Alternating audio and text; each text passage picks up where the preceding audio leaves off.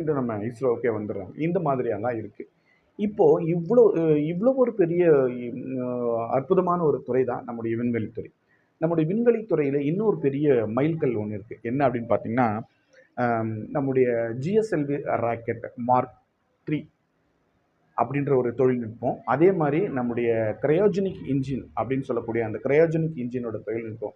இது 2த்தையும் நம்ம இன்னும் கொஞ்சம் அட்வான்ஸா பண்ணிட்டு நம்ம இன்னும் கொஞ்சம் மேம்படுத்திட்டோம் அப்படின்னு சொன்னா, இந்திய விண்வெளி ஆராய்ச்சி துறையில, உலக விண்வெளி ஆராய்ச்சி துறையில இந்தியாவ அடிச்சுக்கிறதுக்கு ஆளே கிடையாது. என்ன காரணம் அப்படின்னா, உலக நாடுகள்ல மிக குறைந்த அளவுல நம்முடைய இந்தியா மட்டும் தான் ஆ ராக்கெட்ட வந்து விண்வெளிக்கு அனுப்புறாங்க. அதுக்கு காரணம் வந்து இந்த கிரையோஜெனிக் இன்ஜினுங்க, அதே மாரி ஜிஎஸ்எல்வி மார்க் 3 அப்படின்ற அந்த திட்டமும் தான்.